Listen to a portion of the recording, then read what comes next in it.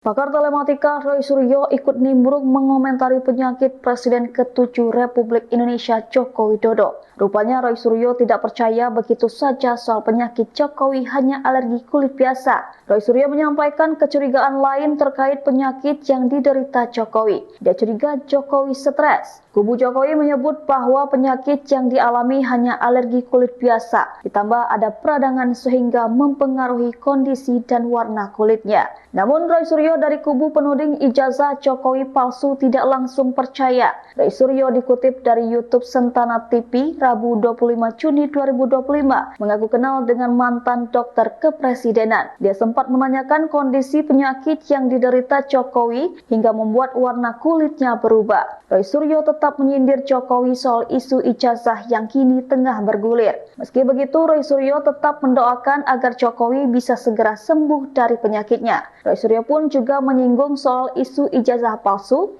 untuk segera dipertanggungjawabkan. Download Tribun X sekarang, menghadirkan lokal menjadi Indonesia.